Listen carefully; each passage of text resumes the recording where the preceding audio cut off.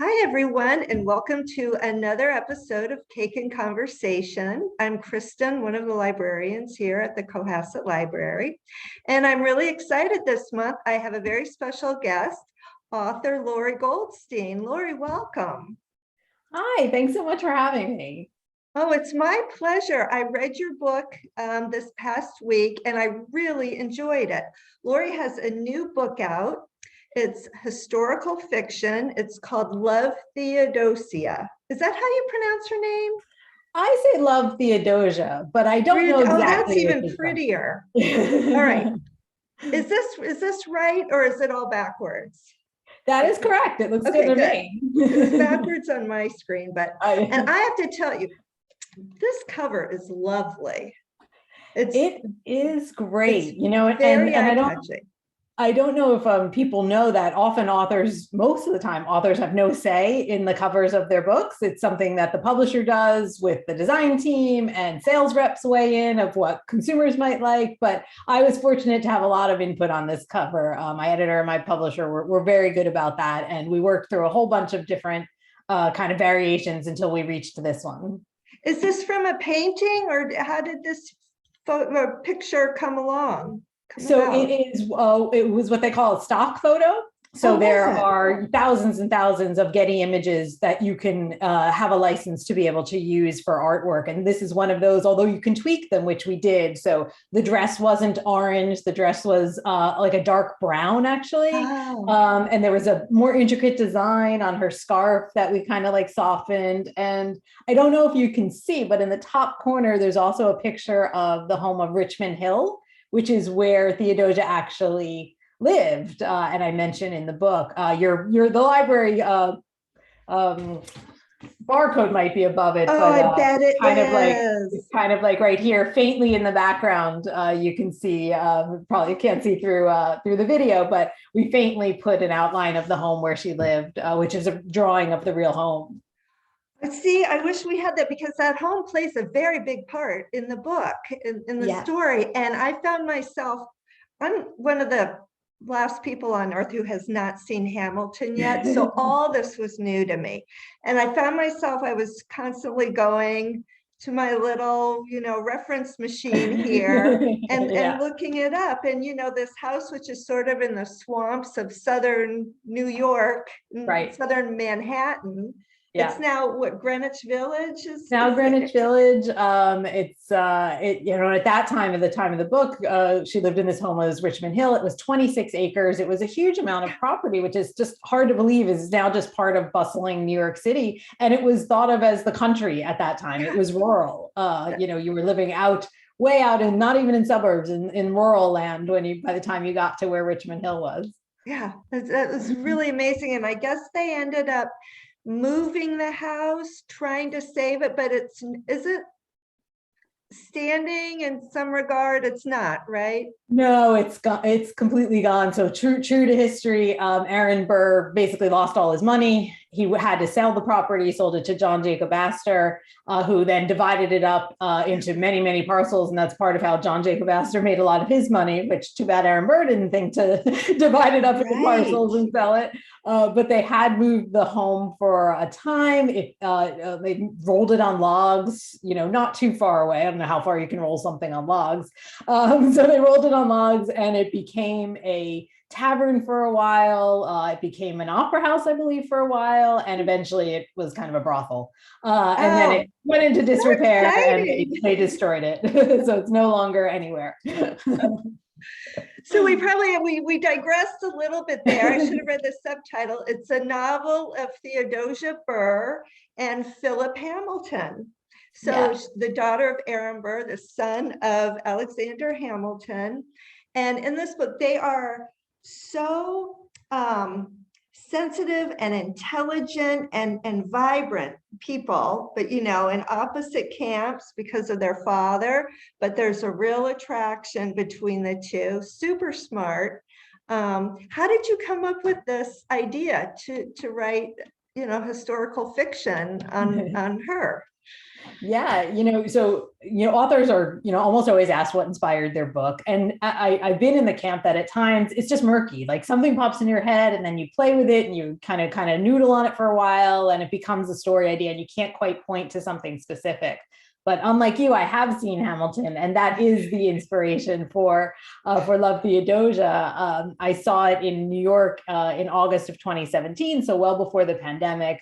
And we were there to celebrate my husband's birthday, and as part of his celebration, we were going to see a show on Broadway. And I'm not the hugest musical fan. Like we've seen other musicals. I never quite kind of like loved them the way other people did, but back in 2017, especially, Hamilton was all the rage, and everybody said you have to see it, you have to see it. So we got tickets.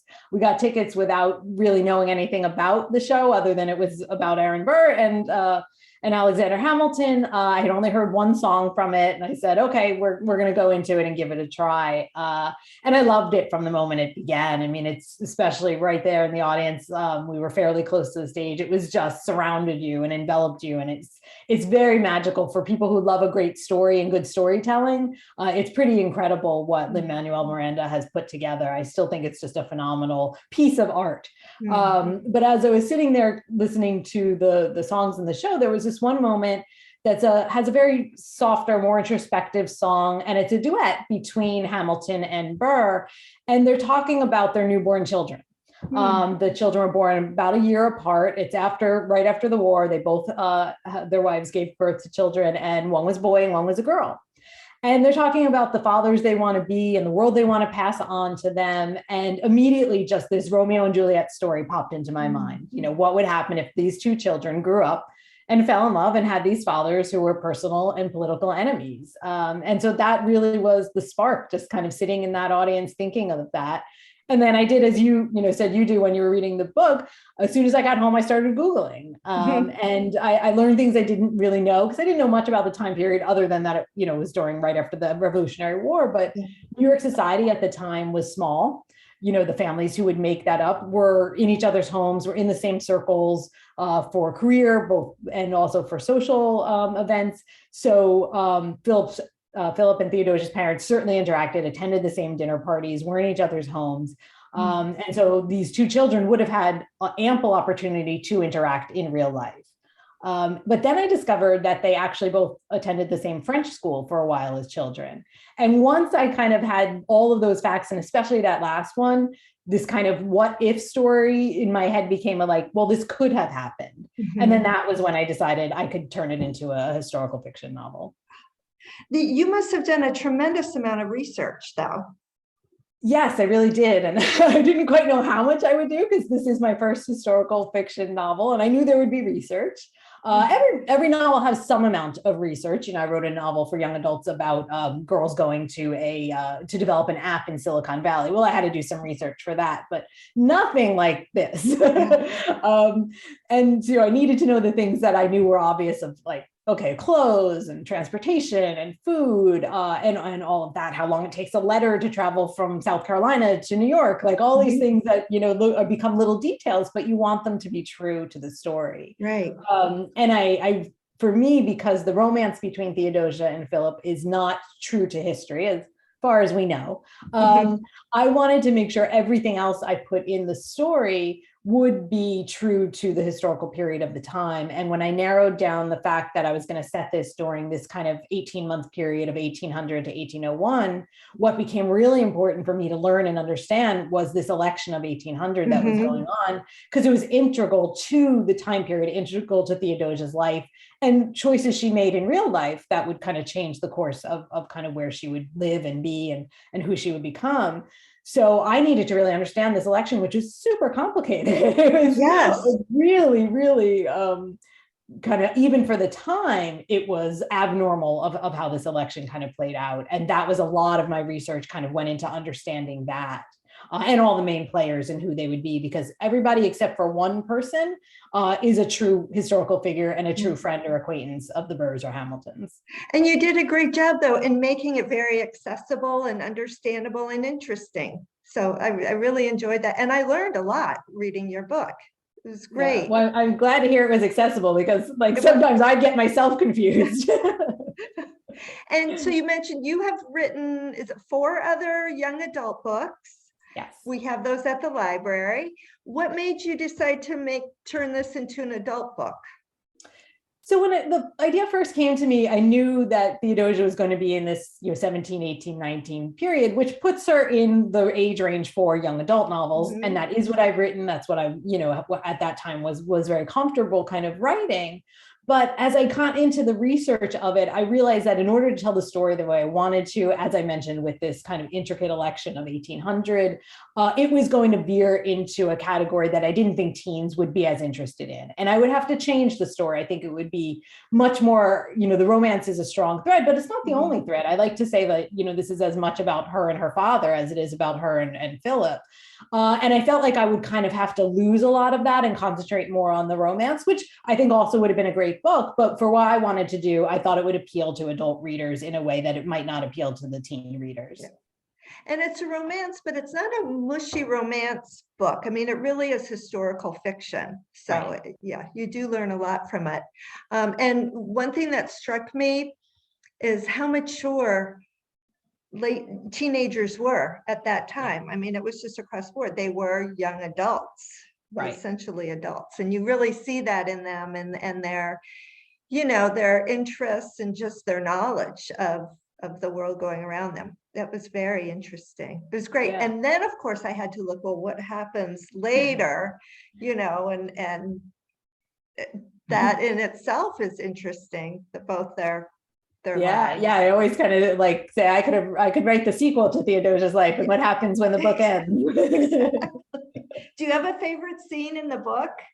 Favorite part? Oh, yeah. I love, there's a scene in the somewhat middle-ish, Theodosia and Philip are kind of starting to get to know each other. They're kind of falling for each other, but it's early on stages. And they kind of go to a tavern and they have this conversation about what it means to be the children of these kind of, even at that time, bigger than life men, and these very prominent men who, there's a line in Hamilton for those who know it, but it's a song that's "History Has Its Eyes on You." The idea that history is watching what's happening right now, and everybody at that time period, these men knew that they were going to be in history books, so they knew their actions would be recorded. They knew they would be, looked at from years to come, and so the weight that must put on the children of these men, both to like live up to them, but also to act in a certain way that history will look down upon them, and what will history think of the fathers and the children that came after them. So it's a scene where kind of Philip and Theodosia kind of talk about that and get to the heart of that. There's also flirty banter, which I like writing, but I kind of like the idea of these two characters who have led different lives, not only because their fathers are different, but because one's a man and one's a woman, and there are opportunities for the man that there are not for the woman. Yep. And what does that mean? And how do they kind of interpret what their role is in this society? So that's kind of one of my favorite scenes. And you could see that too, just in the things she has to do to sort of become an active member of the community, or, with the election and of being her father's daughter. Right. Sort of, it's very interesting. What are you working on now? Anything, or are you taking a little break? No, never take a break. So I'm working on another adult, but not a historical, adult contemporary kind of women's fiction.